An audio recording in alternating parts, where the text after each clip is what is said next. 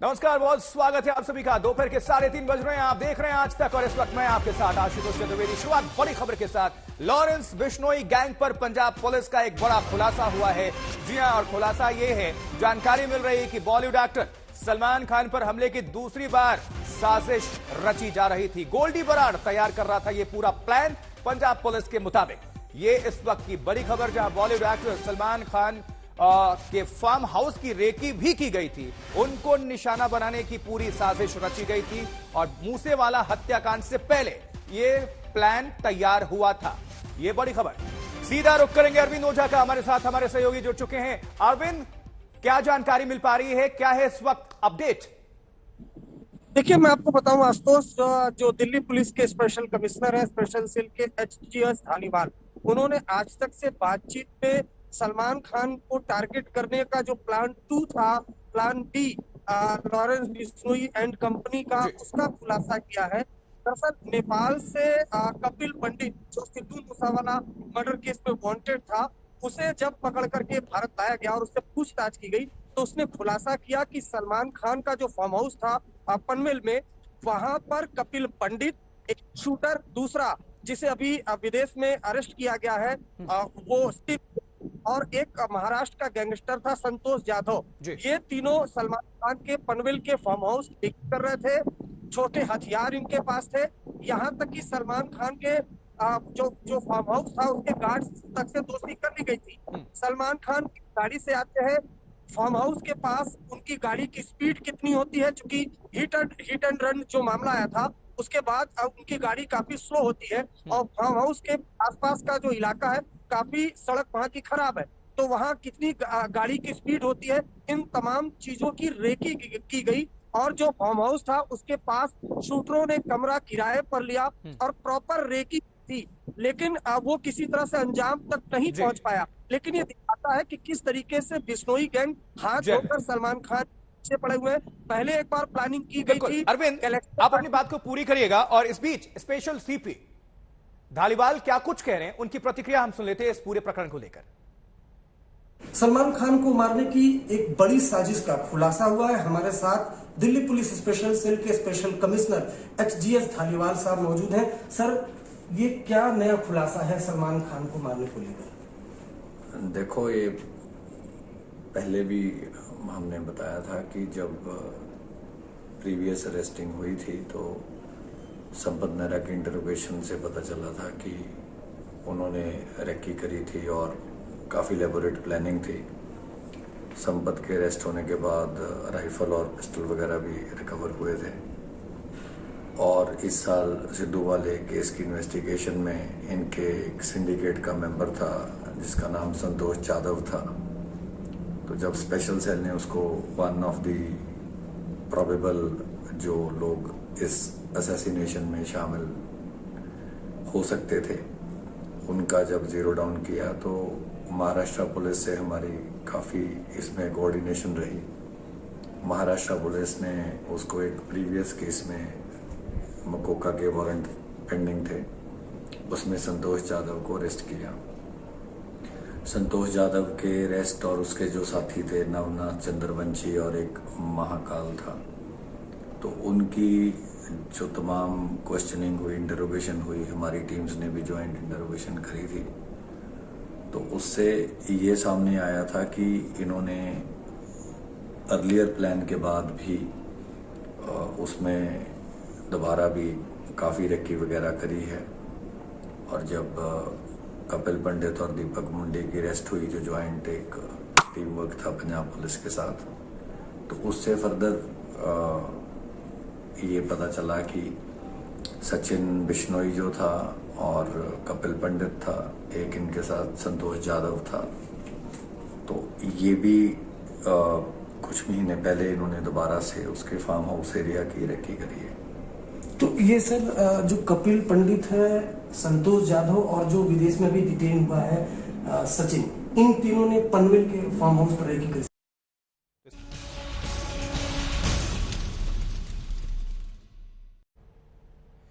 जी हां, तो समरकंद में दुनिया देखेगी भारत के बढ़ते कद का जलवा। कोविड की वजह से लंबे अंतराल के बाद दुनिया के 3 बड़े नेता प्रधानमंत्री मोदी, रूसी राष्ट्रपति व्लादिमीर पुतिन और चीनी राष्ट्रपति शी जिनपिंग एक छत के नीचे होने वाले हैं। जी हां, लेकिन समरकंद में सबकी निगाहें पीएम मोदी पर टिकी हुई हैं। भारतीय गीतों से समरकंद की गलियां इस वक्त गूंज रही हैं। शंघाई सहयोग सम्मेलन के यानी SCO समिट के आयोजन स्थल पर भारतीय पवेलियन में खास तौर पर प्रधानमंत्री मोदी के स्वागत की तैयारी चल रही है। अब आपके सामने जो हम तस्वीर रख रहे हैं, समरकंद की एक्सक्लूसिव तस्वीर है। आप देखें किस तरह हिंदुस्तान के कलाकार परफॉर्म कर रहे हैं और स्वागत के लिए तैयार खड़े हैं प्रधानमंत्री नरेंद्र मोदी के लिए।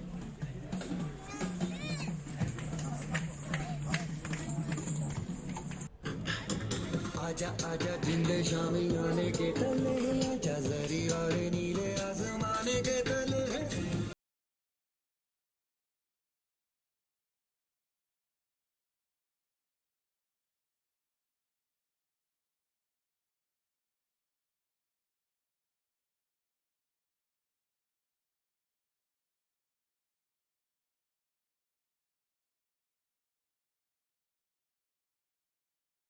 ये जो कल्चरल स्ट्रीट आप देख रहे हैं, ये जितने भी यहाँ पे 8 मेंबर्स हैं उनकी संस्कृति को दर्शाता है।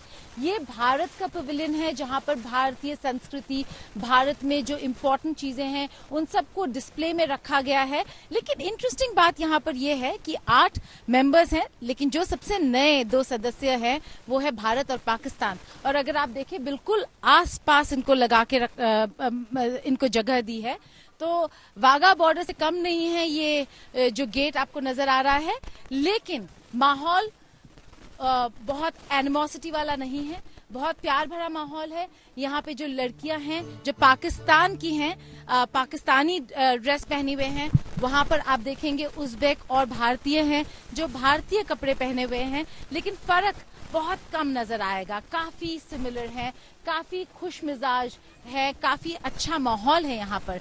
लेकिन क्या ये माहौल ट्रांसलेट होगा जब हम द्विपक्षीय बातों की बात करते हैं, बायलैटरल्स की बात करते हैं, भारत पाकिस्तान की बात करते हैं? यहाँ पर हमारे साथ प्रोफेसर चंद्रशेखर भी हैं जो शास्त्री कल्चरल सेंटर के डायरेक्टर हैं। वो हमारे साथ जुड़ेंगे, हमें बताएंगे कि ये जो पवेलियन है ये क्यों इम्पोर्टेंट है। प्रोफेसर चंद्रशेखर, बहुत बहुत शुक्रिया आज तक के साथ जुड़ने के लिए। ये जो पवेलियन है इसका इम्पोर्टेंस, महत्व बताइए। शंघाई कोऑपरेशन ऑर्गेनाइजेशन में भारत एक नया सदस्य बन के जुड़ा, अब उसकी पहचान या जगह क्या है? आपको पता होगा कि भारत अब इसका अध्यक्ष होने वाला है और इसका हेडक्वार्टर भी दिल्ली शिफ्ट हो जाएगा। ये सांस्कृतिक गलियारा जो उज़्बेकिस्तान सरकार के टूरिज्म मंत्रालय ने तमाम SCO के सदस्यों के लिए उनके अपने सांस्कृतिक और जो कल्चरल धरोहर है उसको प्रदर्शित करने के लिए लगाया है। हम भिन्नता होने के बावजूद एकता है और वही एकता हमारे लिए एक सुदृढ़ हमारी स्पाइन है। हम अच्छा हो कि जो सकारात्मक हमारी चीज़ें हैं हम उनको लेके आगे बढ़ें, उनसे ही हमारी उन्नति है। हमारे देश का नाम पूरे संसार में विभिन्नता में एकता जो दिखाई देती है वही हमारा एक ऐतिहासिक है। तो ये सांस्कृतिक जो संबंध हैं हमारे उज़्बेकिस्तान या सेंट्रल एशिया से भारत के, ये कोई पुराने समय से चले आ रहे हैं और उनमें चलता रहेगा ये। चलिए प्रोफेसर चंद्रशेखर, आपकी बात से ही हम अपनी बात खत्म करते हैं। विभिन्नता में एकता बस भारत के लिए नहीं, आप सारे देशों को देखें और समझें कि एकता की जरूरत आज सबसे ज्यादा है। समरकंद में गीता मोहन, आज तक। तो समरकंद के SCO सम्मेलन में शिरकत करने के लिए रूस के राष्ट्रपति व्लादिमीर पुतिन और चीन के राष्ट्रपति शी जिनपिंग समरकंद पहुंच चुके हैं, जबकि प्रधानमंत्री नरेंद्र मोदी आज रात 9 बजे वहां पहुंचने वाले हैं। तो दुनिया के 3 सबसे ताकतवर मुल्कों के प्रमुखों की एक छत के नीचे मौजूदगी पर दुनिया भर की निगाहें नजर हैं, और जहां सबकी नजरें पीएम मोदी पर होंगी और वहीं भारत की नजर पुतिन और जिनपिंग की केमिस्ट्री पर भी होगी। पुतिन फरवरी में बीजिंग गए थे और दोनों के बीच काफी गर्मजोशी नजर आई थी। यूक्रेन युद्ध के दौरान रूस चीन के रिश्ते और मजबूत हुए हैं। हालांकि भारत भी रूस के सबसे करीबी दोस्तों में है और ऐसे में तीनों देशों के बीच संबंधों का यह संतुलन क्या रूप अख्तियार करता है, समरकंद इसका गवाह बनने जा रहा है। 3 तस्वीरें जहां पुतिन का स्वागत, जिनपिंग का स्वागत, लेकिन सबकी निगाहें आज भारतीय प्रधानमंत्री नरेंद्र मोदी पर। जहां तो औपचारिक तौर पर समरकंद में शंघाई सहयोग सम्मेलन आज शुरू हो गया, लेकिन सबसे ज्यादा सरगर्मी कल नजर आने वाली है। आज रात भारतीय प्रधानमंत्री नरेंद्र मोदी समरकंद पहुंचेंगे और कल दिन भर मेल, मुलाकातों और बातचीत चलेगा। आपको हम दिखाते हैं समरकंद से आज तक की खास रिपोर्ट।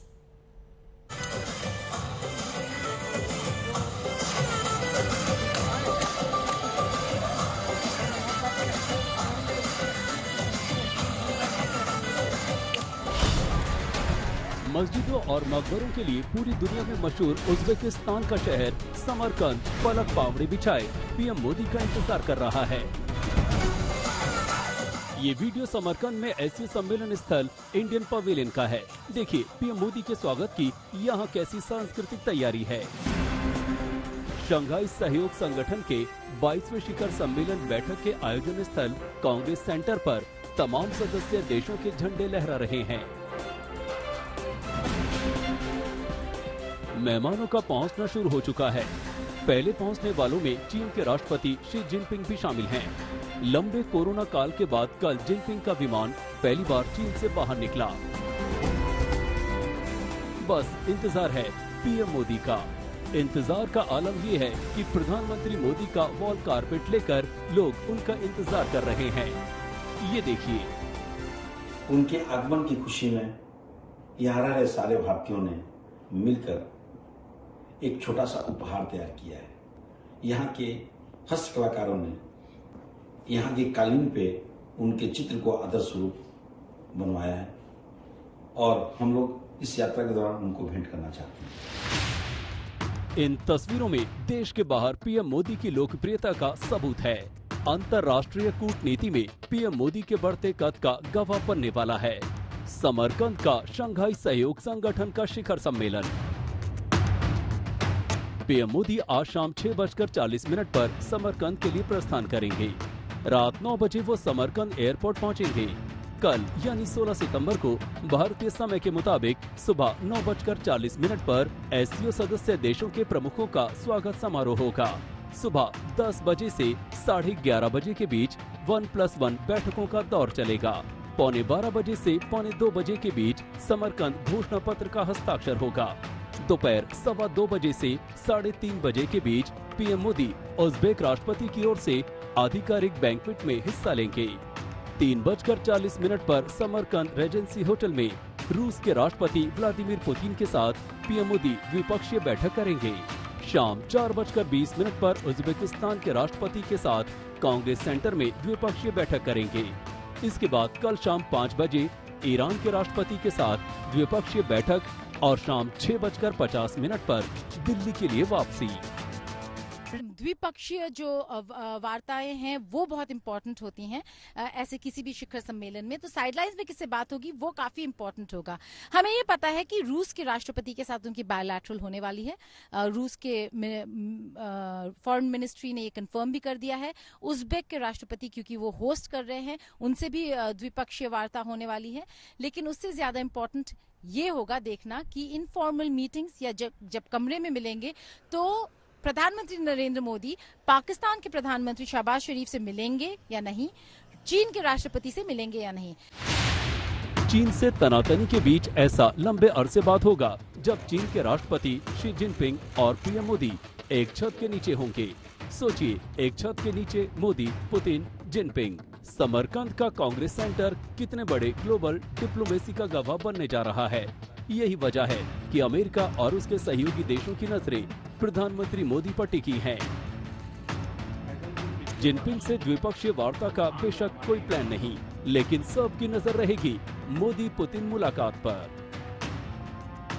यूक्रेन पर हमले के बावजूद भारत ने रूस की सीधे तौर पर आलोचना नहीं की है, जबकि इसे लेकर अमेरिका और यूरोपीय देश लगातार भारत की आलोचना कर रहे हैं। लेकिन प्रधानमंत्री मोदी संकट के इस वक्त में पुतिन के सबसे भरोसेमंद दोस्त साबित हुए हैं।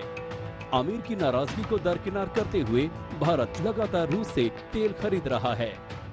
प्रधानमंत्री नरेंद्र मोदी जब इस शहर में आएंगे तो पूरी दुनिया उन्हें सुनना चाहेगी। इसकी सबसे बड़ी वजह उनकी मुलाकात रूस के राष्ट्रपति व्लादिमीर पुतिन के साथ है। अगर भारत और रूस अपने कारोबार को तेल के जरिए आगे बढ़ाना चाहते हैं और उसका फैसला ले लेते हैं, तो ये अमेरिका और यूरोपीय देशों के लिए अच्छी खबर नहीं होगी, जो लगातार रूस पर प्रतिबंध लगाते जा रहे हैं। इधर चीन भी हिंदुस्तान स्वतंत्र विदेश नीति का लोहा मान चुका है, जिसे साथ लेकर राष्ट्रपति शी जिनपिंग देश के अंदर और बाहर अपने खिलाफ बने माहौल को ठंडा करना चाहते हैं। इसलिए कई जानकार मानते हैं कि चीनी पक्ष शी जिनपिंग और पीएम मोदी की मुलाकात का ख्वाहिशमंद, ताकि रिश्तों की गाड़ी को दोबारा पटरी पर लौटाया जा सके, जिसके लिए एससीओ की बैठक से पहले उसने पूर्वी लद्दाख में अपने सैनिकों को पीछे हटने का आदेश भी दे दिया है।